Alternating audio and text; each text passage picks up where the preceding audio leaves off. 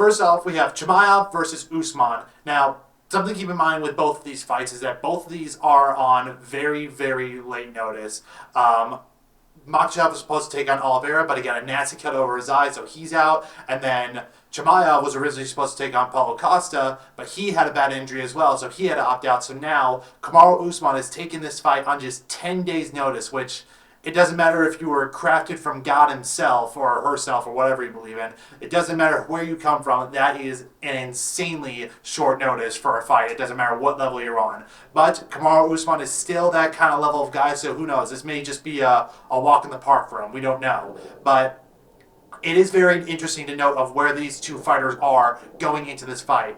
First off, Usman. Again, 10 days notice on this fight. That's next to no time at all. Not to mention, he's making his middleweight debut. He's not used to fighting at this weight class. And on top of that, he's coming off of two big losses to Leon Edwards. One, head kick, KO. He loses his title. Second one, majority decision. So he's kind of in a weird headspace right now. So this may be his way of kind of looking to get back into the I don't want to say the good graces of the fans, but definitely trying to get the conversation going again of like, put some more respect on my name. But Chimaev, he's trying to really assert his dominance as a fighter in the UFC. He's been undefeated before he came to the UFC. He's still undefeated even after coming to the UFC. He has his last two wins were big wins. But one of them was against Gilbert Burns, and that was kind of Burns bringing him, to the limit. So against a guy like Usman, even though he's on short notice, we have to think, will he have that same effect on him? But for me personally, I think because it's just short notice, because Usman may not be in the best headspace or anything like that, I think Chimaev has a lot more to gain by just proving, especially against a former dominant champion like Usman, that he is this new level fighter who knows the ins and outs better than the people who made the ins and outs of MMA, and he is just going to be coming into home territory in Abu Dhabi to just kind of mark Usman. And again, I want to make this clear. I don't think Usman is washed up. I think he has a lot left to go in his career, but I just think Chimaev is in a much different place, in a much better spot to take this win. So let's start with the first fight. It was supposed to be Khamzat Chimaev taking on Paulo Costa in the middleweight division. Instead, Paulo Costa was forced to pull out with a very severe elbow injury. In steps former welterweight champion Kamaru Usman. Now, I think there's two main narratives you can have with this fight. First off, there's the one that Khamzat's pushing right now, which is Usman lost 2 fights against Leon Edwards. He's on the back end of his career. The UFC probably gave him a couple $1 million to take this fight. He's going to go in there. He's going to get smashed. It'll be it. But I don't think you should jump on that narrative too quickly, because we have to remember who Kamaru Usman was before the Leon Edwards fight. I know in MMA we don't really do that, right? It's always one or the last fight or the last 2 fights. That's all you remember. But Kamaru Usman is such a high-level wrestler, and he has so much 5-round experience. And now he's stepping in to take on a 3-round fight, which is the first time he's done that in years. So I think that's something that is different between Usman and Volkanovski stepping in, is Volkanovski has to go do a 5-round fight. Usman is doing a 3-round fight. For a guy who's been training for 5 rounds for several years, I think even coming off the couch, which I'm sure he's been training in shape, and just not a training camp, 3 rounds is going to be doable. He's going to have that in the tank. But let's talk about when it comes to the actual matchup. Now, there's an argument to be made that Usman, in the grappling department, has better technique than Chimaev.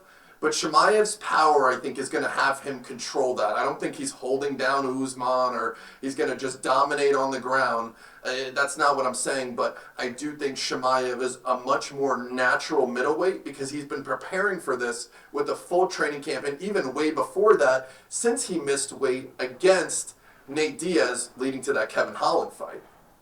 So when it comes to the grappling department, I think Chimaev will have the advantage, but not enough to dominate. So what does that mean? I think that means that we're going to see a striking battle, kind of like Chimaev versus Gilbert Burns. And when it comes to that, Chimaev, once again, I think will have the power advantage. He's going to be hungry. He's going to be in better conditioning. But Kamaru Usman has that jab that he's developed over time with Henry Hooft and Trevor Whitman, and it can be an absolute game changer. And if he can start applying that early and just keep Chimaev back with that jab, it's going to frustrate Chimaev. And also, he's going to be able to control the distance and start picking away at that confidence, landing shots. And like I said, with only 3 rounds, Usman is going to have a much different game plan than he's used to with a 5-round fight. With that said, let's get to the actual prediction, because I'm never going to disrespect a guy like Usman and sit here and say, Chimaev wins easily, because I see some people doing that already, and I think it's very disrespectful. But when it comes to this fight, it's going to be a lot closer than people think, but I think Chimaev should etch it out, and I'll even go a step farther and say he wins by split decision. His power outworks the volume in the striking department against Usman. We're giving it to Chimaev. It's time! Again, you don't get much more of a home advantage for Makhachev than coming into Abu Dhabi, but there's something, again, with this fight that you really need to think of. Makhachev was originally supposed to fight Oliveira, and that's a whole different fight than Volkanovski. That's 2 completely different fighters, 2 completely different strategies that you have to have going into this. So now, after finding out that he's going to be fighting someone like Volkanovski again, someone who pretty much took him to the limit the same way Gilbert Burns took Chimaev to the limit, you have to think, all right, this guy has already shown that he can go the distance with me. In fact, he almost freaking won. I thought he won the fight. I thought Volkanovski won the fight the last time they went at it together, but that's another debate for another time. So that's got to be in the back of Makhachev's mind, being like, all right, this guy's legit. He has a legitimate threat. He's a legitimate threat against me. I can't, just take this sitting down lightly. At the same time, Volkanovski is just coming off a big win, his first fight since actually fighting Makhachev, and this will be, surprisingly enough, Makhachev's first fight since fighting Volkanovski will be Volkanovski again.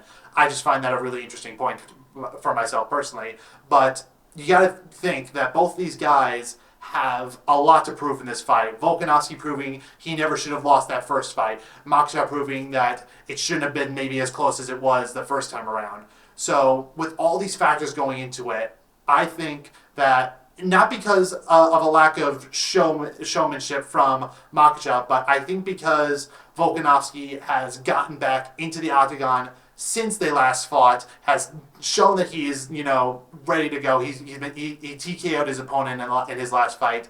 I think that Volkanovski has a lot more to prove, a lot more to claw for, a lot more to gain from this win. So I think he's going to be a lot hungrier, especially taking this fight on such short notice, that I think he's going to want to go the distance and prove that this time around that he is the better fighter against Makhachev.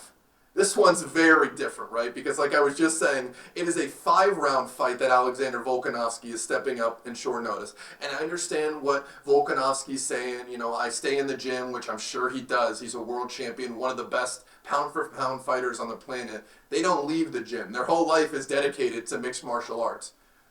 But I just don't see how you could do a high-paced 5-round fight, and it will be high-paced because Islam Makhachev has been preparing for a war against Charles Oliveira.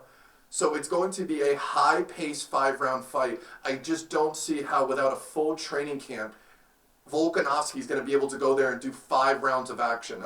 Don't get me wrong, there is a scenario where maybe Makhachev is not fully ready to take on Volkanovski again, even though he's trained for Volkanovski in the past, fought him over 25 minutes, so he has the experience, knows him. But if he can't get comfortable in there, sure, a round or 2 might go by, and suddenly those last 3 rounds of Volkanovski hasn't used a lot of energy. He might be able to put it on in later rounds. I don't see that happening, though. I think what's going to play out is Volkanovski's going to come out firing. And Makhachev is going to have to weather that storm. I'm not saying that Volkanovski by any means is going to be able to run through Makhachev.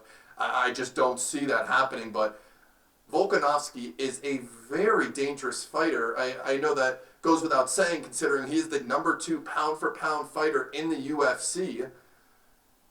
So when he comes out firing, he could take out anybody. And that first 2 or 3 rounds, I think, especially the first 2 rounds, Volkanovski is going to be very dangerous. After that, I really think that we're going to see a Volkanovski we've never seen before, which is just not going to be a full force. He's going to be a little tired. Once again, I could be wrong, but I don't see how he can, quote unquote, come off the couch and do 5 rounds of action. So in the grappling department, we saw it in the first fight. Volkanovski was very prepared. He was in great shape. He showed off his takedown defense, and more importantly, he showed off that he's not going to be held down for too long by Makhachev. Yeah, there was parts where Makhachev locked him up in the body triangle, kind of controlled the round, but it wasn't enough to really dominate the fight. I mean, once the fight was over, the decision was still somewhat controversial. I had Makhachev winning, but that's a discussion for a different day. Back to this fight. So in the grappling department, I think that will be a key to victory for Makhachev. I know it always is a key to victory, but not necessarily just dominating him with control time. I think just initiating takedowns, just make Volkanovski work. Continue to make him get off of his back, deny takedowns, whatever you have to do to test that gas tank, because that is what this fight is going to come down to. Now, it's not the same as the co-main event where there's a lot of unfamiliarity between the two fighters. Volkanovski knows what he has to go in there and do, but once again, the gas tank is going to be a problem in the later rounds. In the striking department, Makhachev has shown a lot of improvements, but he needs to make sure not to get too comfortable, because you could kind of see in that first fight, he was getting very comfortable in the early rounds because he was landing some really good shots on Volkanovski. Surprised that a lot of people, including me, he's really evolved as a striker, but Volkanovski is still clearly the better striker. So if Makhachev thinks that these first couple rounds he can, lay low and kind of rely on his evolved striking, I think that's where he could definitely get caught by Volkanovski. And if Makhachev does get caught at any point, it's a completely different fight, because physically, obviously it'll be an issue, but mentally I think it'll throw him off, because Makhachev has just so much pressure right now, like going up against the number 2 pound-for-pound fighter, featherweight champion, and everybody's expecting you to beat him because Volkanovski's coming off in a 12 days notice. But when it's all said and done, I think Makhachev will weather the storm early, continue to attempt takedowns even if he doesn't get them, like I was saying, wear out Volkanovski, and then in the 4th or 5th round, I think he's going to get a submission win. And just for shits and gigs, let's go ahead and say an arm triangle choke for Makhachev in round number 4.